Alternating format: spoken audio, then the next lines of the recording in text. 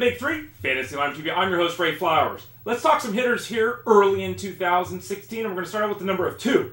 That happens to be the number of hits in each of the 2 games played this season that Wilson Ramos has had. A very good start to the season with him with those 4 base knocks. Now, he had LASIK surgery in the offseason. The hope is that will help him out as a hitter. He does need some help.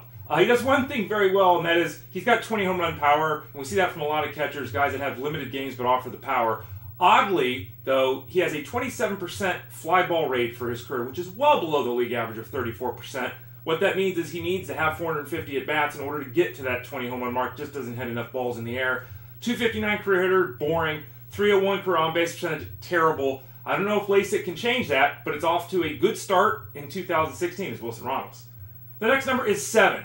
Now that's the ranking in all of baseball the last 5 seasons in hits for Starlin Castro of the Yankees. Just turned 26 years old in March.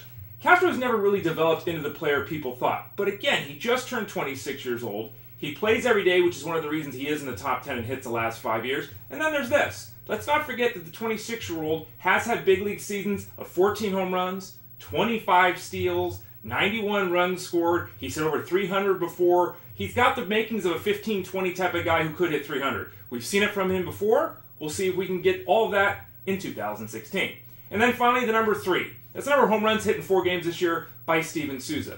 Now, while everyone is talking about Michael Taylor and his ascension to the starting lineup with the Nationals because of the injury to Ben Revere, I don't hear a lot of Steven Souza talk. Maybe that's because Souza was drafted, whereas Taylor may not have been in mixed leagues. But Souza has that same game as Michael Taylor does. 135 big league games for Souza, 21 home runs, 12 steals. A nice power-speed combination. The drawback, though, nearly 160 strikeouts, a batting average in the 220s, a 315 on-base percentage, and a 423 slugging percentage. Basically, Souza's kind of just a guy, but if he is playing every day, he's got enough power and speed there to be a very intriguing player. Got to cut the strikeouts, make a little bit better contact, though, if he wants to push that batting average up into the 240 or 250 range, where it really needs to be in order for him to be a big-time contributor in 2016.